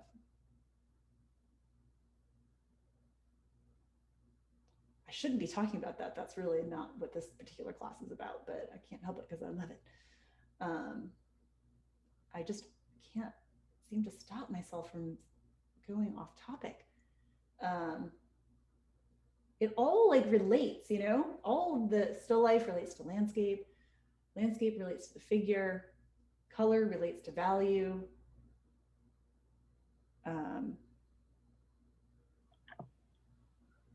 It's very, I find it challenging to like isolate and not make the connections between them. But you sort of have to take things in bites. So, I mean, I didn't understand all the connections when I first learned them. But it's nice to know that they're there. There is like a cool, very thin, very foreshortened edge right here. And so, oh, this is a good thing to point out. So I'm making the edge of the cabinet, like there's that green cabinet, I'm going to point to it with my brush right here where the cabinet ends. And so I can see this very thin line of shadow. It's just the foreshortened edge of the cabinet. Here you can see it in the picture. See this thin, very foreshortened edge here that's darker before you get to the light. And so whenever there's a moment like that where you have something that perceives as a line, I'm very careful to not draw the whole line. Very careful to never just track with the line like this in one long shot. So see, I painted it, skipped over, and then I painted it. And then if I want to fill it in there, then I will go in and I will look very carefully. Now this is in a shadow zone too, so it conveniently is going to shift color, hopefully.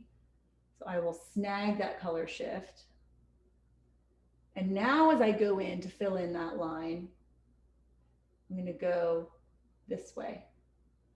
And I'm going to draw the line with marks that go the other direction to help maintain the variety of mark making, partly because I happen to know that when you're dealing with illusion language, for sure, anytime you draw a dark outline all the way around something, it cartoons and flattens the form.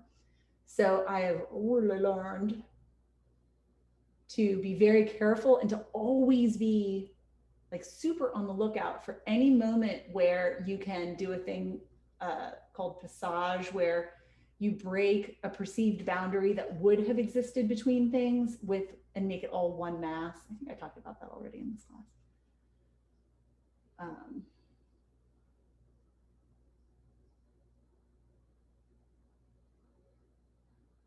What I like about doing that is that taps into a lot of my interests in like optical effects, you know, like doing an exaggerated version of something that we already see. I really love doing like weird stuff and then people don't realize that it's weird. Like it just looks like a painting and then, but secretly I've done all this like insanity.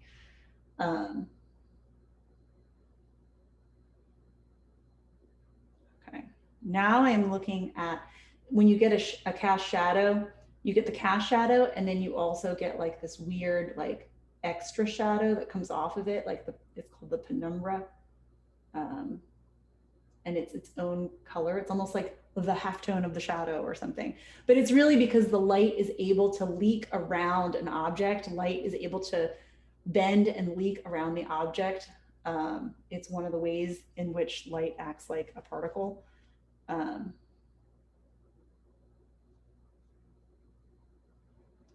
So I like taking advantage of that. And well, I mean, that's common knowledge. That's not like, I'm not special that I know that.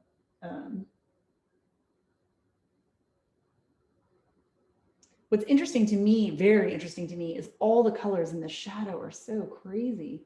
Like it's kind of more neutral actually as it's close to the cup. And then it's getting very warm glow out here. And so I know that if I want to catch that vibe of that warm glow, the secret to that warm glow is this neutral spot.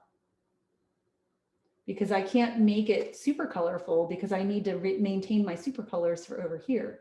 So I have to make sure that I really make this the neutral that it can be. So here's some, I'm going to take some black and the green over here and I'll mix them. See if it gives me more of the neutral that I need. Now, when I paint wet and wet, going back to that other question, I am very aware of the wet layers that I have and painting into them. So right now,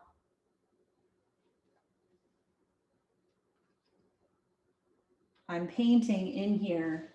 And so the color I'm painting is literally black and Viridian, but I'm painting into a purple that is already down there, a purple with brown.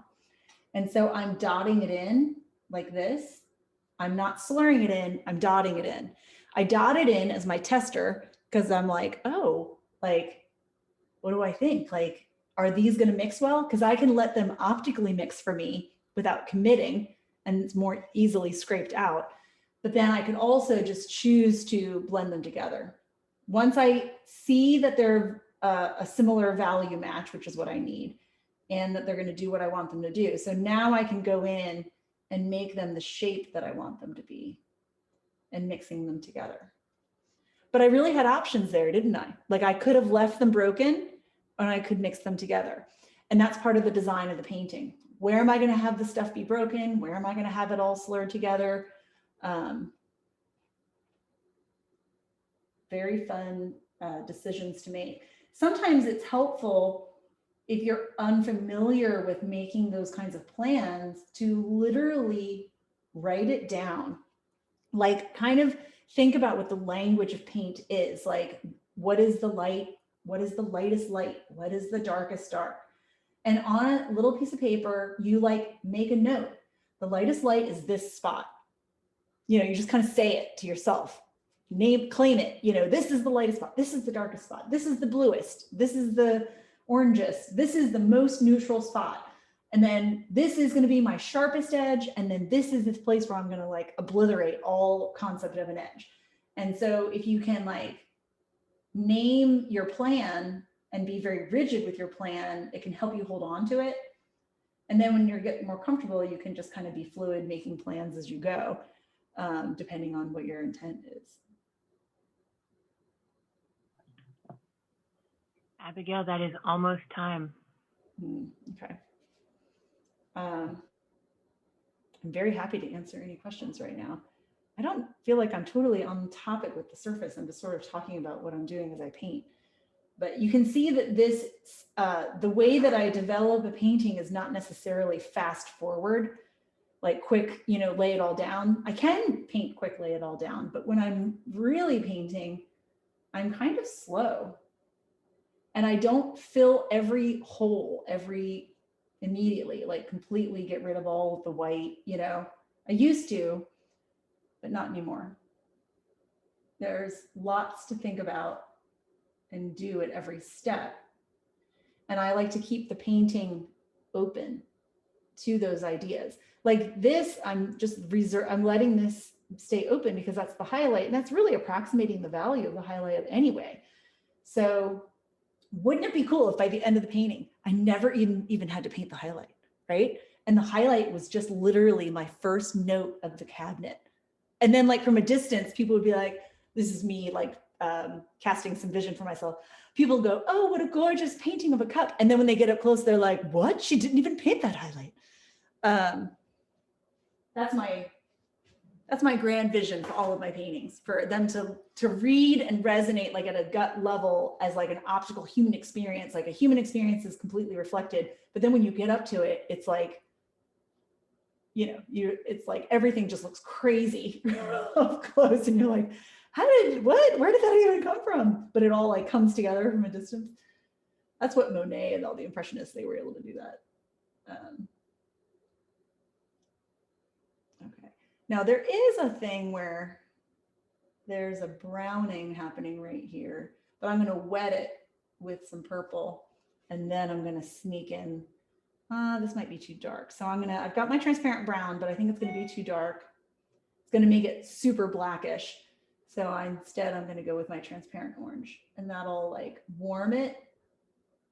And I have a little bit of transparent brown still in. You probably can't see the difference that makes. But that's another thing where oil paint is similar to watercolor, where with watercolor, you have to be very aware of how wet your paper is, very aware of whether or not you have paint still in your brush, and how wet your brush is, how wet your paper is, how humid the air is, all that kind of stuff. And so when I'm painting, I maintain you'll notice I'm painting with the same brush the whole time. And I'm very aware of what my color was recently on my brush, but I do not dip into the turpentine to clean my brush in the middle of a painting session, because as soon as I dip into this, it's going to dissolve the paint, and it will mean that every other thing that I pick up is also getting dissolved by that turpentine and super mixing the colors together, so that the colors will no longer float separately, but they'll slur and mix immediately. And so if I want to maintain control, I stay out of the turpentine while I am working, so that I can keep the paint separate if I want. I can float it if I want with a really light touch. That's kind of an important point. So if I really need a clean brush, I'll go for a clean brush. But for the most part, as long as I have not allowed this brush to go into here, I can just keep using the same brush. And every time I'm picking up paint and using it, I'm not really pushing, I'm just laying the paint down so that it's not pulling any of the pigment from inside the brush. Or I'm using residual pigment from inside the brush intentionally. Okay, Abigail. I know, I gotta be done. But now I want to paint. Stop you. I'm like, oh, I think I really have my head in it now. But I know. it takes a minute. Well, like, it doesn't just happen right away. Do you want to answer or say? Oh yeah, if there are questions, I'm happy to answer them. Let's see, what time is it? 3:03. And then as long as we're not starting late for the critiques, I think we're okay. Well, we kind of probably will be. Yeah. Okay. Did it look like I developed this painting? Did it go forward? Like, did it get more? I mean, this is. Garima saying she loves the way the painting is developing and is anxious to see how you will keep working on it with dried paint. And then she is asking, let's see.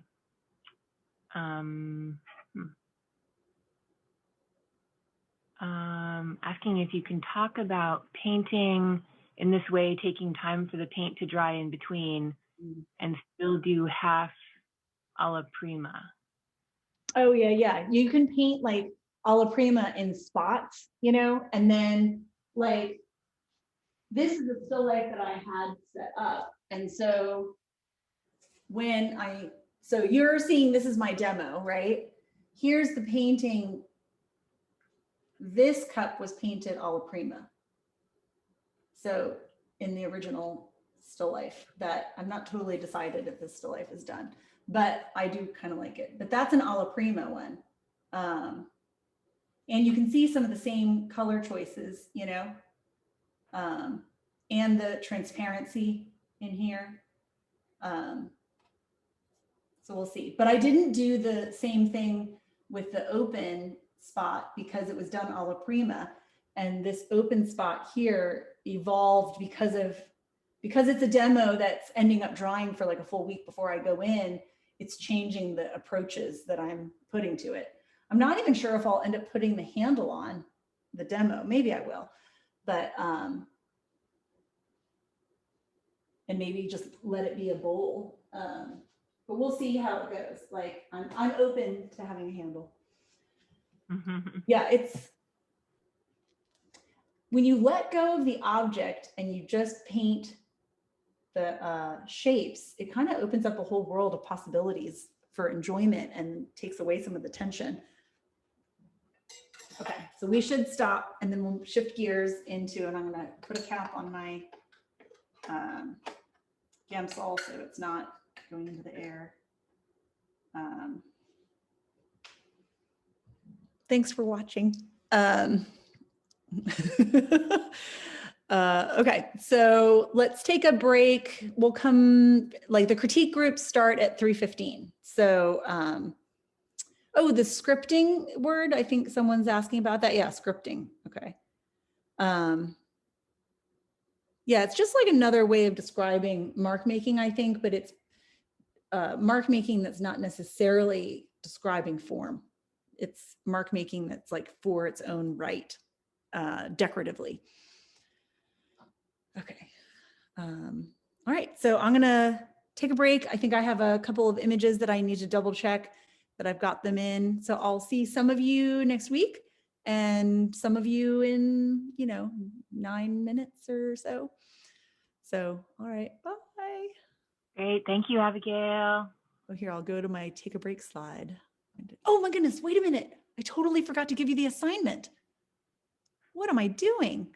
Oh, Hold I on. think we may have lost. I'll some have people. to email it. But the assignment, oh my goodness.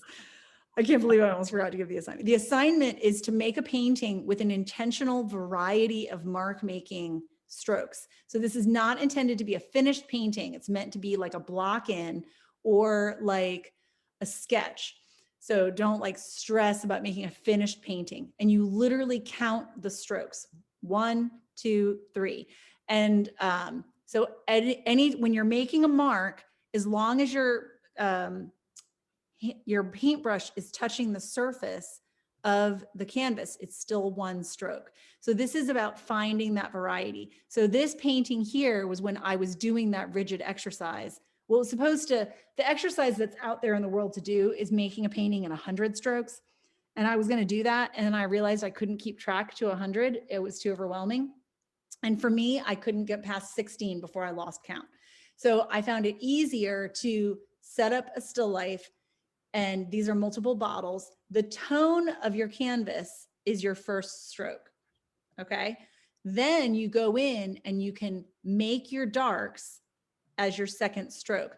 This whole area here is one stroke, one color. Started thick, then was dry brushing by the time it got to the end out here, right? Same with this, is all one stroke. Nice and thick here, and then dry brushing by the time I get out to here. And then here, it's like I pushed to make it a thicker stroke, and then I had to go thin and twist the brush to get the calligraphy of a different line quality for pulling these shadows out. And then, and I had to reserve in advance, because this was not my first one. I did I did probably 4 really, really bad ones that did get tossed. And I learned quickly that I had to make sure I knew how many highlights to reserve because they float, right? So this counts as 1, 2, 3, 4. That's 4 strokes that I had to always make sure, like by the time I got to, I'm only 4 out, no more strokes were available. So really fun exercise. So you're designing the texture of the surface with a very limited number of strokes. So it's a rigid exercise in order to force you to be aware of your mark making. You've got line, you've got mass, you've got a tone, you've got negative shapes where the tone is your expression of the object, or yeah. So it's actually a really fun exercise. So I will make sure I email it to everyone when I send the video. This was transformative for me because I realized in the course of doing this exercise that I have like one way of putting paint. At the time, I had like one main way that I put paint down, and it never changed. And it was always the same direction. It was always the same thickness. It was always the same shape. And when I came at this, I realized just how similar all my shapes were. And it doesn't work when you only have a few to use. So I had to like really get creative with it. Okay. How did I almost not give the assignment? Okay. Any questions for those who are still here? about the assignment? No? Okay. All right. Maybe I should send an email right away for the people who left.